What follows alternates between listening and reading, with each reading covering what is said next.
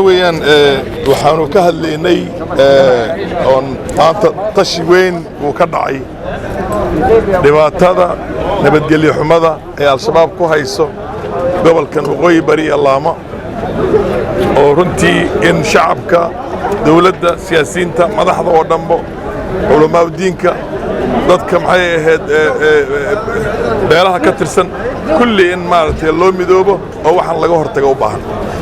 waddankiina si xun bay u soo galeen inaan ka hortagno oo arintaas ay toola tirtiro